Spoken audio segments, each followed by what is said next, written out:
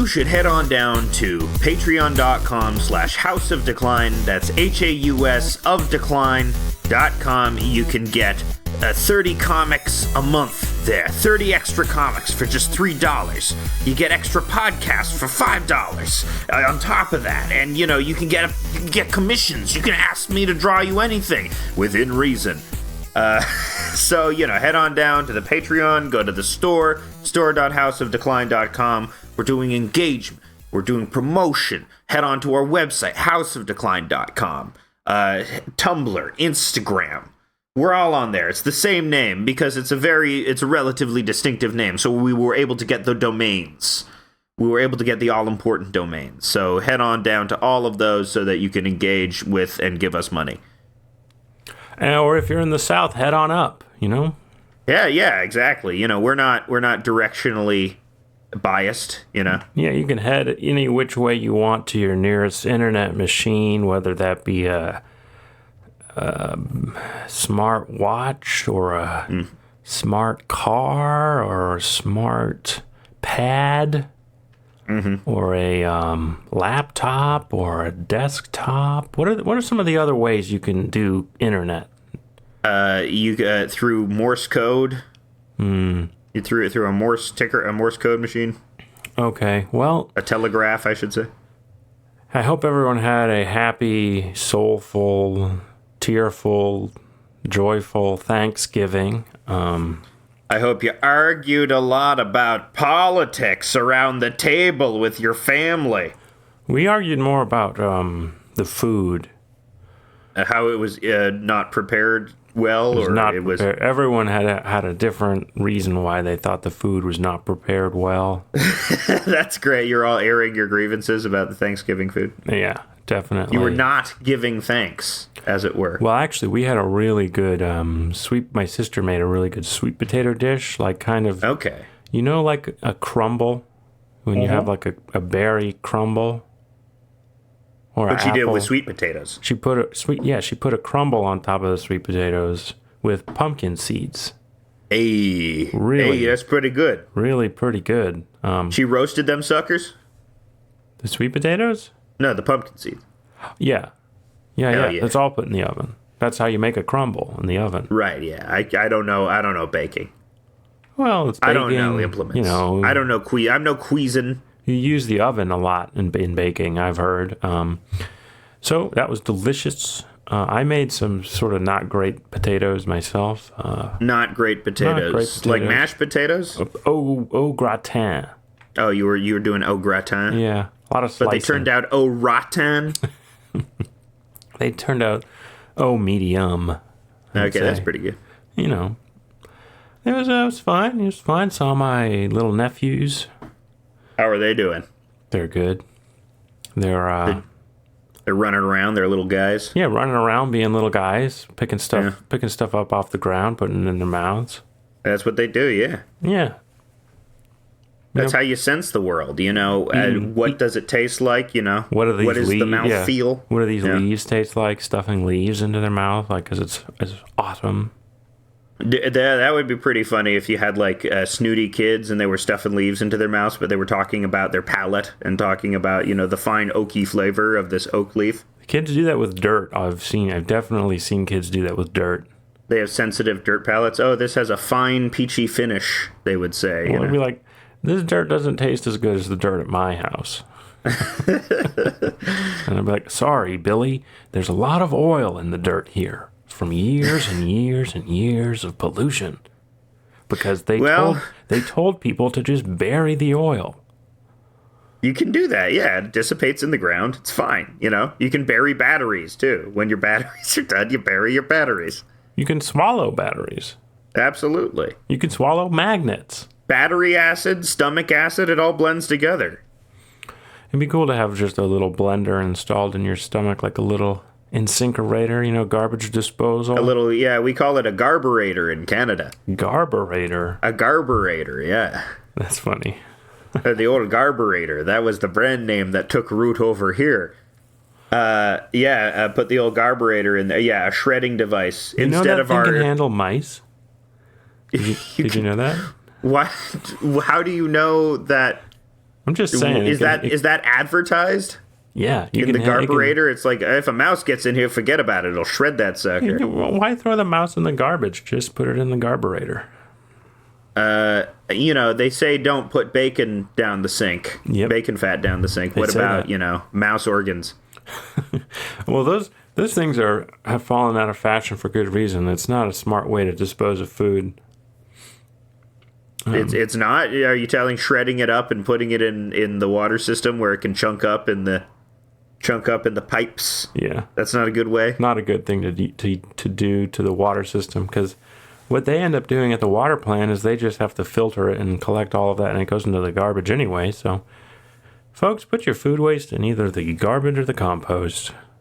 But it's convenient. But if we didn't have the carburetor, think about how many horror scenarios and movies could not have been accomplished. Seriously, it messed up my wife's ring because her ring fell in it. It's a useless thing.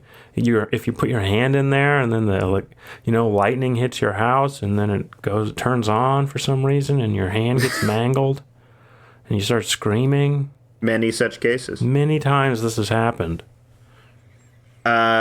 Well, we were talking about children eating dirt, and that's what YouTube is. So let's talk about YouTube. What a segue. What an amazing segue. I wanted to talk about this. I'm forcing Steven to listen to me talk about a video that he's never seen. It's 90 minutes long, and for most people, for sensible people, is extremely boring. It's okay. I'm going to play with my knife. You got a knife. You got a big old combat knife next to you. That's awesome. That's awesome. So while I'm talking about this YouTube video, Steven is going to play with this combat knife. I'm going to play knife games. I'm going to, He's going to do games? knife moves, yeah. You can play knife games in Red Dead Redemption 2. That's cool. It is cool. Can you play Mumble T Peg? I don't know what that is. Is that it sounds like an indie album. It's a knife game. Maybe I made that up, or maybe I heard that in some weird... 9.4 on Pitchfork. Mumble T Peg? Yeah. It's an old outdoor game played using pocket knives. The term Mumble T Peg came from the practice of putting a peg of about 2 or 3 inches into the ground. Are you the sure loser it's of not the game had to take it out with his teeth. You sure it's not an album from 2005 indie rockers Bounce Gorilla? Bounce Gorilla. There's a band name for everything, I'm sure there's a band name called Knife Games, Knife Moves. Bob Seger's Knife Moves, There you go. That's a delicious pun. But yeah, I watched this YouTube video and had a lot of thoughts about it because I saw a lot of praise for it. And it's Defunctland and their new video about finding the composer of the Disney Channel theme song. I think it's called the Disney Channel theme song, A History Mystery or something like that. The video is called Disney Channel's Theme, A History Mystery by Disney Channel. Defunctland. Yes. That is it. The guy behind Defunctland is a guy called Kevin Perjurer. What? I know his name is Perjurer, which is it's nuts. It's like a character from Preacher or something like that. That is a very unfortunate last name. It's like, I guess you're lying all the time. He's always lying. He'll never have to worry about jury duty. Yeah. With a name like that, the judge will throw him out right away. I don't like this. The judge will say. I get it. It's like if your name was Terry Crime or Jim Arson. Yeah. So he has this YouTube channel, very popular YouTube channel. Originally does videos about defunct amusement park rides. That's where it gets its name. Whatever happened to this weird amusement park ride? Goes into the history, who engineered it, when it was popular, the cultural milieu of its popularity. They're well done. He's a very good documentarian, which is why he got popular. They're well constructed, and they're easy to watch. He has a nice, easy voice, and I get why the channel is popular. Especially, there's a lot of dreck on YouTube, and this definitely rises above the common dreck on YouTube. But why this video was interesting to me is because this is one of the first ones where he takes an active role in it, where he's part of the narrative, because he is discovering who who wrote the Disney Channel theme song? It's a big mystery. We know who wrote Nick Nickelodeon, and we know who wrote the NBC theme song. He uses those as examples. We know who wrote the Seinfeld theme song. We do know who wrote the Seinfeld Imagine theme if that song. was a mystery. Yeah. Imagine if we had to find out who wrote... What if Jerry himself had written it? He is nowhere near as talented enough to write a TV theme song. He's a piece of shit. He's a piece of human... fucking huge piece of garbage, Jerry Seinfeld. Before I rant about this fucking YouTube video, watch it first. Watch before I say anything. We're going to play clips from it. And you should watch it first and form an opinion on it before I go into mine. I hope you have an hour and a half at your disposal, and then another 40 minutes to finish the podcast to hear our thoughts on it. You're going to need a total of 2 hours and 10 minutes to consume this whole experience. But yeah, the full let it wash over you. Who doesn't love 90-minute YouTube video essays about the Disney Channel? Listen, we know all the decliniacs out there are tied and glued to your every direction, dear leader. So let's dive in to this video about the Disney Channel theme song. Yeah. What I wanted to say about it is that because he's doing self-insertion in it, he has this personal, emotional thesis where for all of his life as a YouTuber, and he even has like a sequence in it where he's emailing various people that he wants to be in the documentary, and he writes, I am a documentarian, then he deletes it and writes, I am a YouTuber. So he's always like denigrating himself because he's part of this lesser format of movies. There's one sequence in it where he discovers his what I want to be when I grow up from when he was in kindergarten. He says, I want to make movies to help inspire people. And then he, puts it back away. So the search for the Disney Channel theme song becomes like this meta-narrative about being an overlooked artist, or being an artist and giving it your every effort, but being devalued because you work in a disrespected milieu. Which is, why he is so emboldened to find out who this was, because it's like, if he feels that he can give credit to this guy and legitimize this guy's work, then he can legitimize his own work as well, which is you think that so does the Disney Channel guy or the guy that wrote the music for Disney Channel writing his what does it call, his resume, and he's like hanging his head in shame. He's like, you call yourself a musician? You wrote the Disney Channel theme song, you piece of shit. You piece of human garbage. You suck the corporate mouse dick. You suck the corporate mouse dick. No, I don't think anybody who wrote for the Disney Channel felt that way. He interviews people about it who did these like various corporate gigs for the Disney Channel. He gets one like very genial British guy to talk about his legacy, and it's like, sometimes I wonder about that. Everyone wants to be Van Gogh or whatever, but maybe it's fine that I'm like this. And I think at one point I agree with that sentiment. I think you can recognize sort of the majesty of craft and the majesty of someone. At numerous times throughout the video, Perjurer says, giving it their all. That is because someone was giving it their all because they were working to the best of their abilities. That justifies this as much of an emotional or like a significant experience as more traditionally valued art, Well, who is he talking about? The zeitgeist? Is he talking about the zeitgeist here? I don't know if he's talking about this. I think he's falling prey to the zeitgeist, though, because what I actually found this to be, and the word is sinister.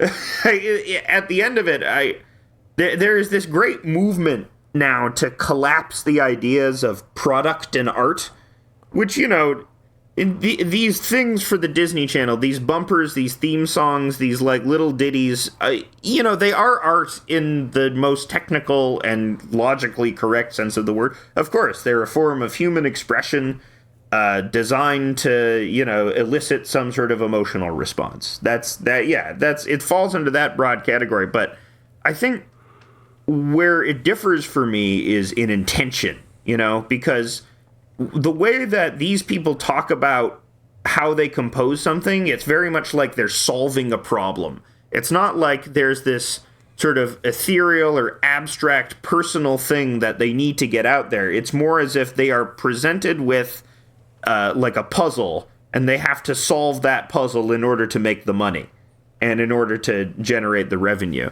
And what's interesting to me is that there is the commerce aspect of this whole thing that it sort of gets ignored in favor of, talking about the importance of this work. And it just ended up striking me in the end as a 90-minute commercial for Disney, which is an art murdering corporation. Hey, maybe this guy's going to get hired by Disney, and then he'll feel a lot better about himself. Maybe he will. Maybe Disney's like, we need some kind of archivalist, We need some kind of archivalist at Disney. Oh, hey, we can get Mr. Harry Perjurer. What's his name? Kevin Perjurer. I like Harry better. Can we call him Harry? Sure, Harry Perjurer. Is that what he... That's fine. You can do that with artists. You can just change their name. You can change their name, and not give them credit, Not give them any credit, but a clip from the video that I found to be very instructive was... So he finally tracks down... So the music first appears in the Disney Channel bumpers starting around 2002, starting around the Wand bumpers, where various Disney Channel stars, Hilary Duff, Shia LaBeouf is there. They would draw the Mickey Mouse ears with a wand, and these bumpers were excessively popular, and that's where this music first came out. And about a month or two ago on Reddit, this blooper reel came from it, or like failed takes where the actors were having awkward times. So he tracks the people that released that reel to an editing house, and that's where he gets the name of this Disney executive, Andrea something. I forget her last name.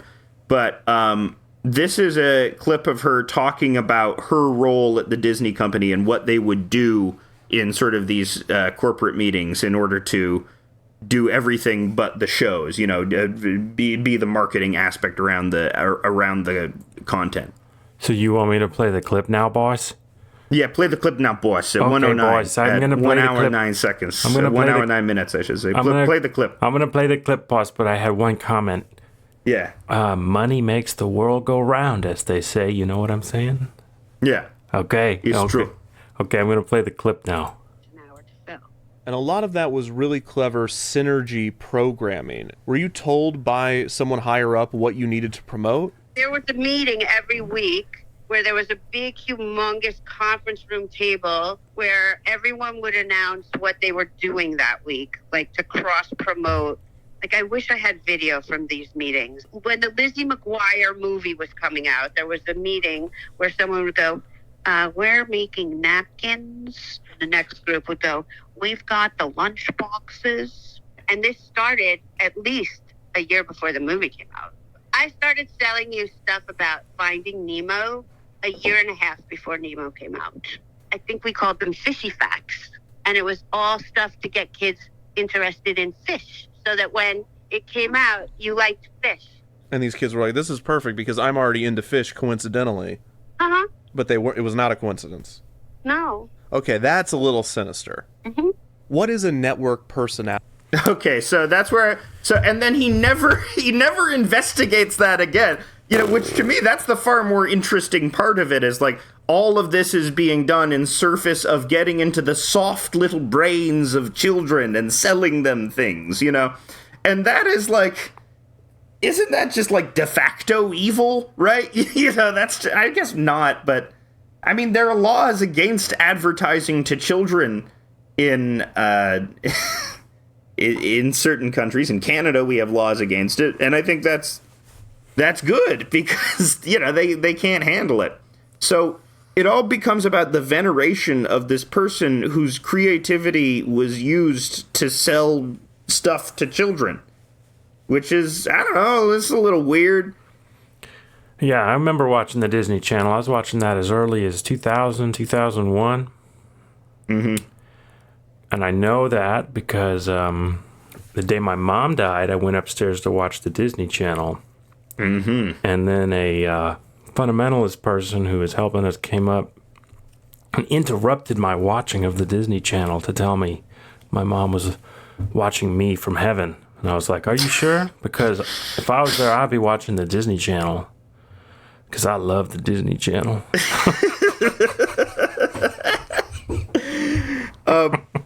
It's a true funny. I bet. I mean, that's how. I mean, I think Perjurer is correct when identifying that the Disney Channel is this pervasive cultural thing that shaped the lives of people. But that's sort of the only criteria he uses to address his significance. The mere fact that it was around and it shaped your life is why it's significant. Not that it had any effect on you beyond priming you for, like, product inhalation, you know? Mm-hmm. I didn't fall prey to the Nemo stuff. Never saw that movie. You never was into it? I never got into it. No, I recently watched it, though. Recently, in the car. I was just sitting in the back seat with my kid. We were like, you're gonna like Finding Nemo, over and over again. And then we showed her the movie, and she was just crying. Well, yeah, it's all about being separated from your family. Yeah, she's like, why Nemo flushed down the toilet, you know? And she couldn't handle that. No, It's very traumatic moments. She can't talk. I'm kidding. It'd be cool if you had a talking baby. It'd be now, cool. there would be a YouTube video. I know. We've been worth showing her seeing. Boss Baby like every day, and we're like, look, babies talk. You're not talking. Something's wrong with you. Okay? Just a Babies little. talk with the voice of Alec Baldwin. That's how you're supposed to talk. Don't you see? Yeah. Goo goo gaga. Milk is for closers, you know? That's how you're Milk supposed is to for talk. closers. The milk is for closers. That's what he would say. He would, instead of saying "Good God, lemon," he'd say "Goo ga." There you go. There you go. Now we're Making these riffing. full circle on these Alec Baldwin Boss Baby. The Boss Baby. Timely humor for the Boss Baby.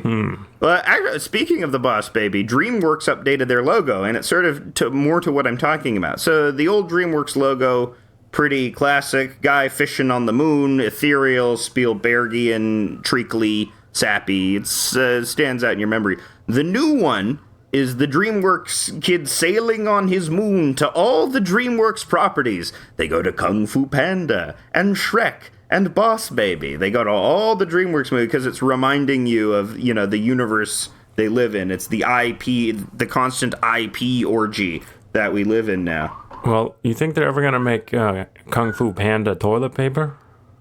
I'm sure they already have. You know, I'd like to wipe my ass with that property, with that media property. They probably have Kung Fu Panda diapers, so, you know.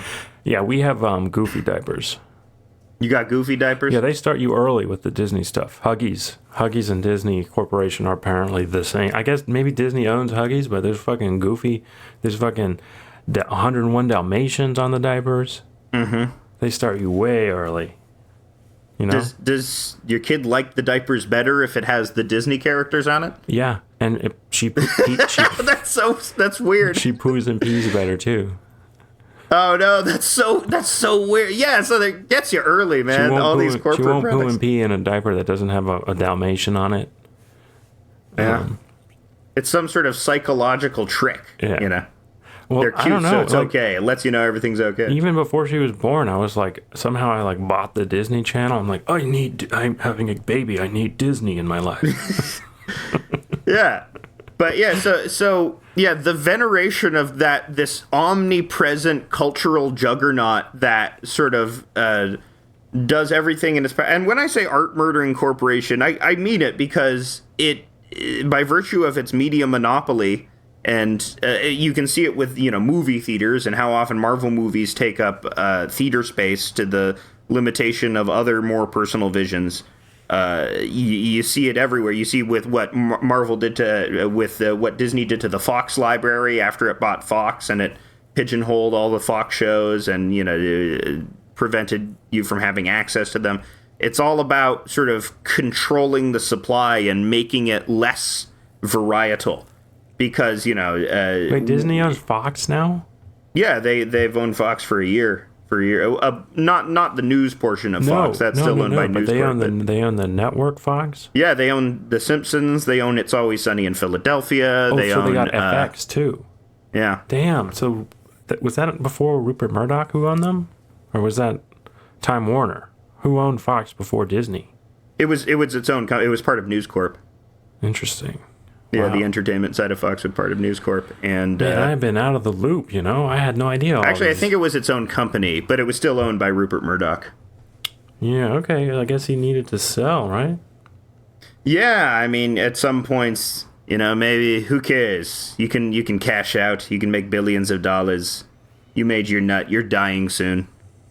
But this comes at a price because when a media monopoly happens, that just means there's less to go around in general. Mm-hmm. I mean, maybe I'm being histrionic about that because, we have more media than ever now, but all of it seems to be sort of blurred and samey, which I think is as a result of this monopolization of not just media, but of like content and ideas of what content can be as well. Just very procedural, staid, focus-tested ideas of what stuff can be. Or maybe that's a fatuous complaint as well, because Netflix tried throwing everything at the wall and seeing what stuck, and that did not pay out in the end. So, okay, I'm fact-checking who owns Fox. Mm-hmm. Because what Wikipedia says is 21st Century Fox was purchased by Disney. Yeah, that's the one. But the Fox Broadcasting Company is still owned by Rupert Murdoch. Yeah, that's Fox News and all I think that's... this is so confusing, man. Yeah, it's all these corporate merges. But that's what Kevin Perjurer is here to explain. One of his previous videos, which was very popular, was about the Disney Fast Pass. And it was about, the problems of how to make more money, when you're Disney. And the thing is, his stuff is very interesting. And... I would call him a documentarian. I absolutely would call him an artist. And it's weird because it's weird that he's comparing himself to these people because his stuff is obviously much more of a personal vision and intended to be much more of a personal vision than the people that were working for Disney at that time. The company that they were working for, the composers for the Disney Channel theme, Alex Lazarenko and Eric Perlmutter and all these guys that he interviews, they were working for this company called Elias Sound Design or Elias Sound Systems. I forget what it's called, but Elias is the big name, and they designed like the sounds for all the big famous corporate logos and stuff like that. Anything they designed the Intel sound or whatever, or they designed the HBO fuzz or what. I know they didn't design that one, but but the part of the working at the company was that composers didn't have a lot of agency or identity. You were supposed to blend in. You were part of a team of composers, and the company is what produced stuff.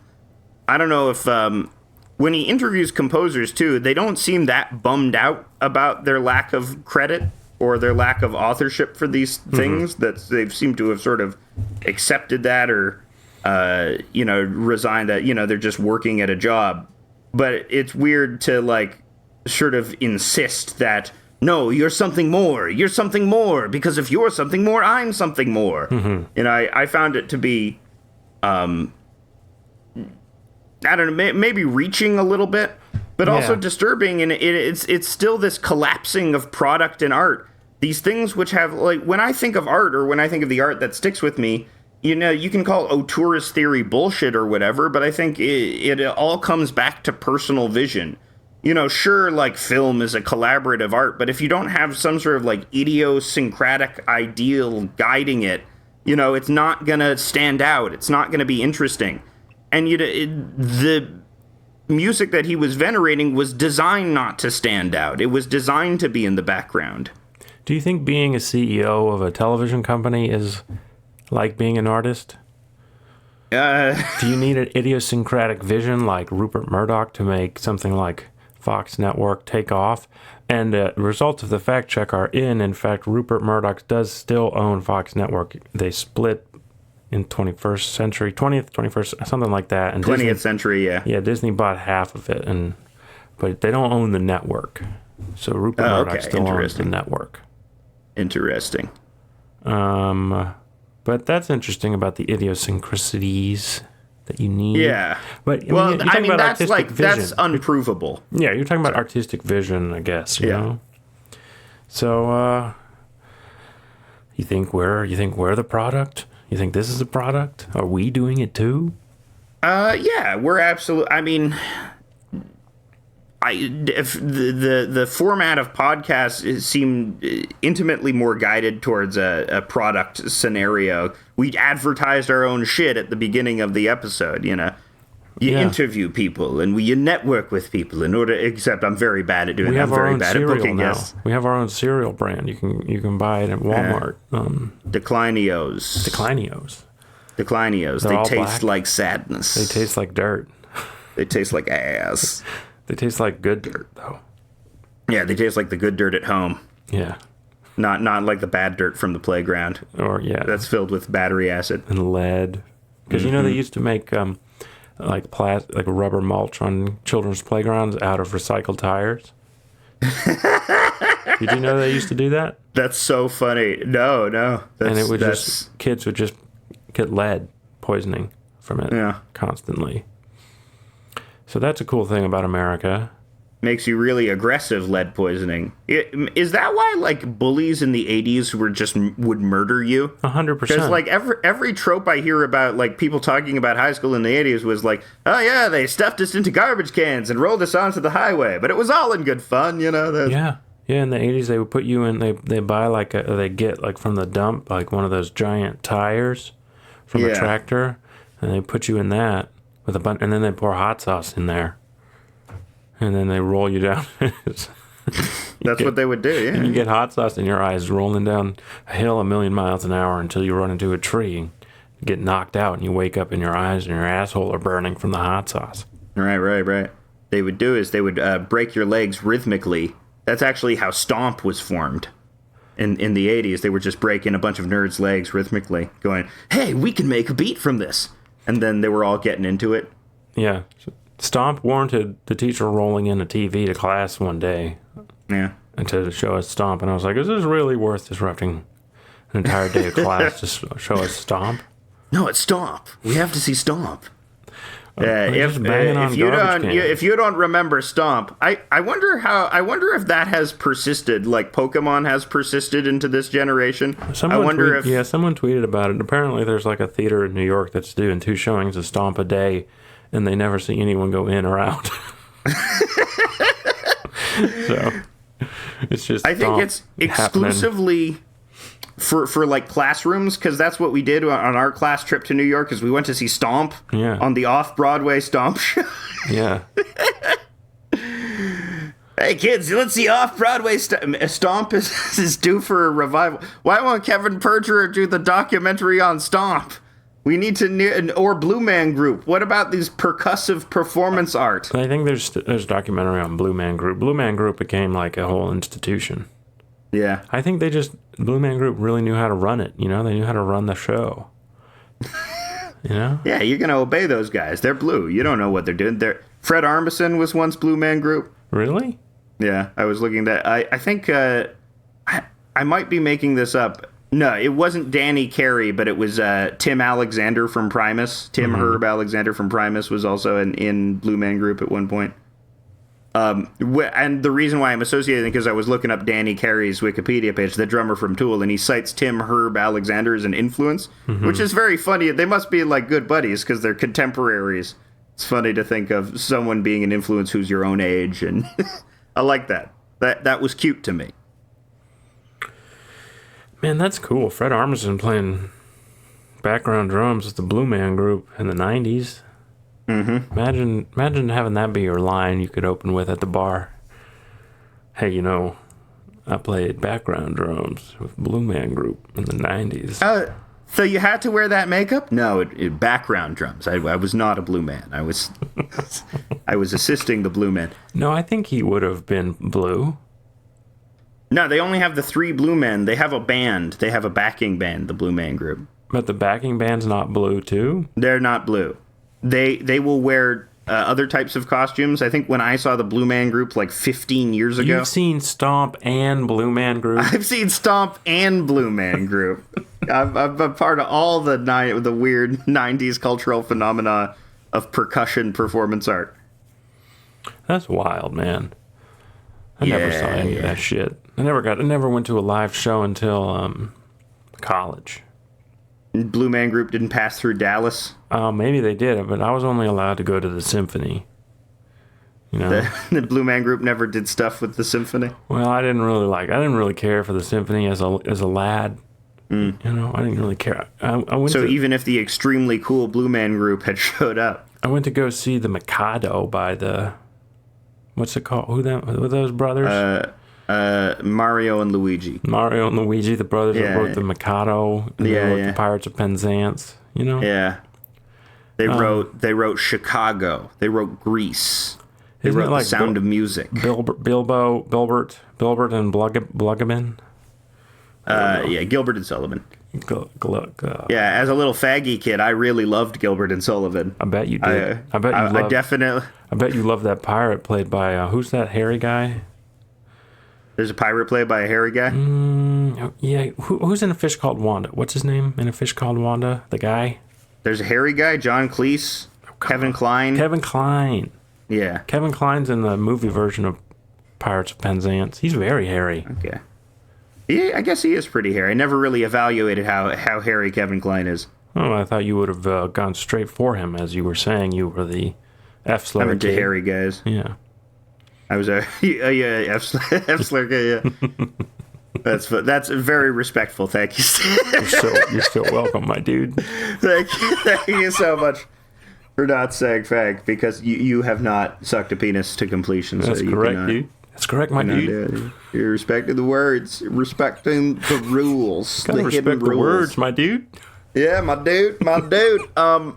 So yeah, Kevin Perjurer seems to. I very much differ from the view of put forth by this video that all art, just as long as it represents some sort of effort on part of the artist, is of value, especially when the intent behind it is to solve a problem, not to express yourself. I'm sure there's some ancillary expressing yourself.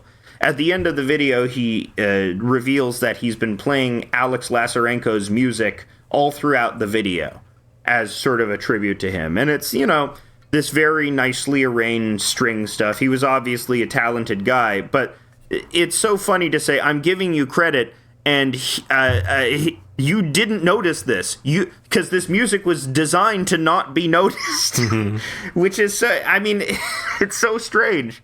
And this guy who was they also interview all his friends, and they say he was like a recluse. He didn't like being credited. He didn't like the camera. And this guy is going out of his way to be like, here's this guy so that I can justify myself, my own insecurity. I found it, to be very strange and very indicative of this sort of, as I've said before, collapsing between product and art. The same people that want to say that these Marvel movies are just as good as Kurosawa, they'll post the frames from Marvel movies and be like, they really did that. They'll post a frame from Wakanda Forever and be like, oh my God, the lighting, when and it looks gray as shit and awful. But people love their product, and, they're taught to love their product and be loyal to their product. And I can't help but feel the problem with this video is because he inserted himself in it and he talked about his emotions. Now I'm viewing all of his previous videos retroactively through this sort of whiny, self-pitying, product-selling lens. And it's a real turnout. It's made me realize retroactively that all of his stuff is sort of geared towards advertising in a strange way. I guess when you're talking about, are we doing art? Maybe by my arbitrary definition that I've chosen for myself. And obviously, there's no one way to define it. This is my axiomatic feeling about art. I'm not saying there's one right way to feel about it. Kevin Perjurer is exactly as correct in his view of it. But I'm telling you why I'm emotionally disturbed by this. Because if we can't tell the difference between things made specifically to be sold versus things made because someone needed to make it or they would die, then I think, you don't know what art really is. you don't know that feeling, But maybe I'm being too romantic and abstract about that. Do you have any feelings about that? No, I agree. I mean, can't say enough bad things about Disney, in my opinion. I can't say enough bad things about YouTubers. Can't say enough bad things about documentarians. I mean, all these people are out there. Well, that's not true for the last one, folks. I love some documentaries. There's some really good ones, like Loose Change. Or the guy that was eating the burgers for 30 days. That's a good excuse. That's a great, excellent documentary. Good excuse to not have chemistry class. Thank you, Dr. Rainsborough, for showing us I'm a fat ass in 30 days, or whatever it was called. Stomp. It was Stomp and then Super Size Me. Oh, dude, Super Size Me was so great to watch. I don't even care that it was fake. Was it fake? Something about it was fake, yeah. Yeah, I don't know. I think he was alcoholic or something the whole time. Really? I think he was secretly blackout drunk that entire time. Really? That's funny if he was. Yeah, that's true. It's true. That's absolutely That's true. 100% Morgan Spurlock. True. Fact check comes back true. Yeah, real lush. That they called him. They called him more lush Spurlock. I agree. I can't get into art right now. What do you want me to say? Stuff about art? I'm no educated man. I don't know.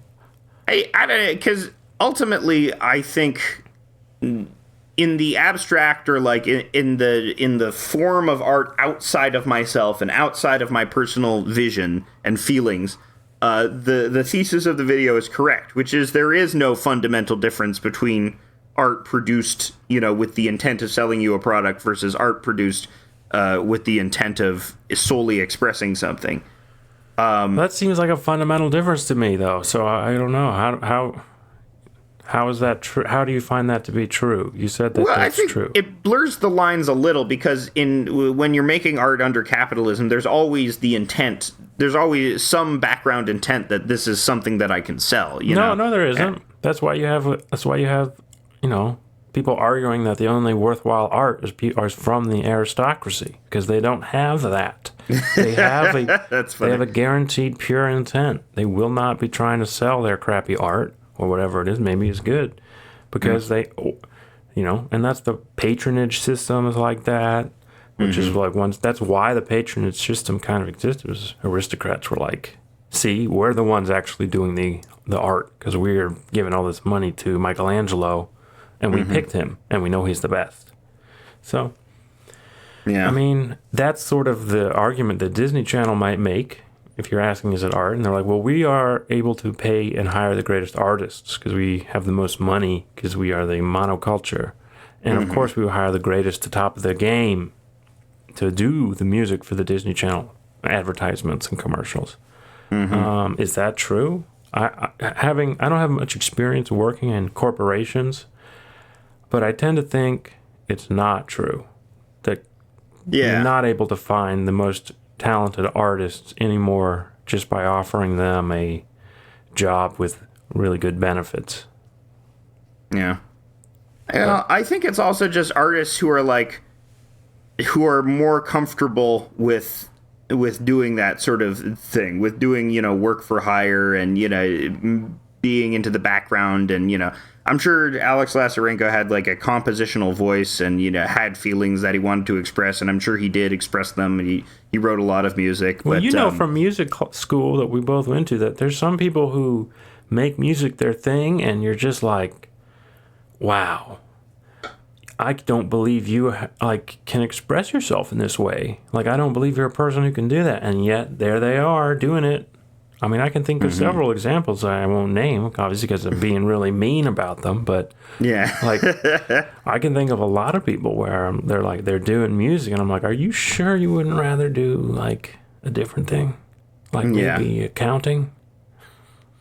Well, I don't think I would have felt this way if the guy hadn't inserted himself if this had just been about like accreditation and saying like artists deserve credit, then I think I would have liked it a lot more, because that's a more relevant topic in today's time, where things are being lost constantly. You know, we talked, when Esther was on the show, we talked about the need for digital archiving. And so I think in that respect, where it's about preserving information and understanding that it's important to preserve the history of things, even trivially, like even things that seem trivial, like people worked on this and they deserve to, you know, I think it's important in that sense. But then trying to equivocate this shit with like Moby Dick or some shit like that, I don't know. I'm probably being uncharitable here. That's probably not what he's saying. He's probably not saying that the Disney Channel theme song is on the same level as Moby Dick. But it sort of feels that way. It sort of feels that, like, hey, if this was important to you, if you just imbibed and passively absorbed this piece of product as a child and it had an emotional effect on you, then this was important to you, and thus it is good and deserving of accolades. You know, in the same way of like a piece of music that was actually brought out by the personal vision of somebody. So you had another clip that you wanted to play, right? Well, I had another clip, you know, talking about there's another guy who was working at the Disney Channel at the time, and they talk about the branding of the channel. And that's what I think is instructive in sort of defining it as this advertising piece. Like, listen to what he says and, you know, how you're supposed to market stuff to children. Okay, you want me to play the clip number 2, boss? Play clip number 2 that we brought out of Defunctland. Okay. What was the vibe? I mean, it was poppy. Like, what was it? What could you describe it for Fun. Disney Channel? Fun. Fun, and kind of magic. I mean, it makes me think about what the scenario of the kids in the cafeteria line, grays and neutrals and drab, to like, in comes the Disney logo, and it's glitter and candy and pink and delicious and syrupy. You know, they were just these fun, funny little stories that were incredibly complicated and time-consuming to produce. Elio Hensley and I had come up with the wand idea. Yeah, that's what I wanted. Just that fun, you know, candy and glitter. That sort of, it struck me as odd, or why people have like fond memories of that stuff, because my childhood was spent about, you know, Disney sucks. You know, like once you turn 8, maybe this is more of a dude bro thing. Really? But it's the same way. Yeah, you know, when you were like a kid and were like, Barney sucks. I'm 5 and Barney is for babies. No, you never had one of those had that. phases? I was like, Barney rocks up until, and I still think that. You see, yeah, he's great. Secondly, I never was anti-Disney until I got to college, and then I was like, okay, I don't really want to watch. Why are they showing Aladdin at the college? Yeah, that's what the that's fuck funny. is going on? It's a classic of cinema. It's a great piece of animation. So why are they doing that? Are they afraid we're all gonna fucking kill ourselves? And yeah, actually, yeah. It turned out to be. If they had only played more Disney movies, put on some more, yeah, maybe we wouldn't have all tried to hang ourselves at one time. But Disney movies make me want to kill myself, though, because they're like, even as a kid, it's that thing with Avatar syndrome. I experienced this with Disney movies as a kid, where you get like really absorbed into the world of like The Little Mermaid, and you know, then once you finish the movie, you're left back in the real world, and it's like, no, things are better in there. And, you know, I think people take that to the extreme now. That's sort of like a huge part of our online culture, is people getting lost in these worlds of fandom and, you know, wanting to go to Pandora, wanting to live in Pandora forever, or like wanting to live in Second Life, which has been around forever. I wanted to live in Jumanji. Live in a big scary board game where you got sucked in? Yeah, I wanted to live in the world of Jumanji, not the world of the movie Jumanji. I wanted to be sucked into the board game and have to live like a man with no morals who has to do what he has to do to survive against crazy beasts. Yeah, no one comments on how swole Robin Williams got in the Jumanji world. You know, he was doing naturalistic workouts every day. It's one of my favorite Robin Williams movies ever. Yes, absolutely. That and Hook. You give me Jumanji, you give me Hook. Hell yeah. You give What's me my favorite you Robin give me movie? MDMA, you give me mushrooms, Jumanji, Yeah. Adderall, Hook, fucking diazepam. Hell yeah. Why did they have to kill Rufio? Sure. Kill the Filipino guy. Sure. Yeah. They I always get that kill you needed to do. They kill the hottest little dudes, you know? You've heard the trope of women in refrigerators. No. Women in refrigerators is a trope about how, because it comes from this really brutal Green Lantern comic where his girlfriend is stuffed, his dead girlfriend is stuffed in a refrigerator, and God. Green Lantern discover. And the trope is about a woman suffering horribly in order to further the emotional life of a man. I learned about it from Mother Anita Sarkeesian, Miss Anita Sarkeesian, the old YouTube feminist. That's cool, dude. I like that. I like that you watch those videos. I watch these great videos. I have my finger on the pulse of America by watching these amazing YouTubes. But now I was going to say that's Filipinos in refrigerators. You know, why did God. Rufio have to die? Yeah. In order to further Robin Williams's. Couldn't Robin Williams have died? He did die, dude. Oh yeah, you're right. To further the emotional progression of his daughter. Yeah, Dante Zelda. Basco of Zelda Williams. Yeah, and now Dante Basco and Zelda Williams are both in the Avatar franchise. Who's Thank Dante you. Basco? He's Rufio. That's a killer name. Yeah, he's great. I love Dante Basco. He's a great actor. Yeah, so it's weird. It would be weird for me to watch this movie, I think, because like I was saying, I watched a lot of Disney Channel. And I'm trying to remember, because like before, I remember a time of TV before Disney Channel, and it was just Nickelodeon. You know, that's what we had. We had Nickelodeon in the time before Disney Channel. And when I was 10 or 11, this new channel came around. Maybe I was 9, 10. This new channel came around. We had cable, and it's like Disney Channel. I'm like, what? Are you kidding me? This is a Disney Channel? So I started watching it all the time. There was some good shit on Disney. I remember like Recess. Yeah. That was, or Pepper Ann. I always actually really liked the design of Pepper Ann. I forget the name of the creator, but previous to that, she had made the Sprite mascot Fido Dido. If you're looking, you can look up Fido Dido. But I remember those old Fido Dido commercials from the early '90s, and that has had like a pretty significant effect on my design sensibility. The thing about Disney what's her Channel name is who created it's not Pepper that the shows weren't that good. You know? Yeah, they were watered down. They saw how well Nickelodeon was doing, and so let's do a watered down Disney version of it. And then they did. Yeah. I feel like there's been hour-and-a-half videos on Pete and Pete, you know? Yeah. Because there's that whole thing with Miracle Legion and the band and shit. Yeah. That they're a cool band, and they were like 3 of those guys from Miracle Legion had a band that did the Pete and Pete music. Mm-hmm. You know about that? No. Yeah, they did like a lot of original music that's pretty good.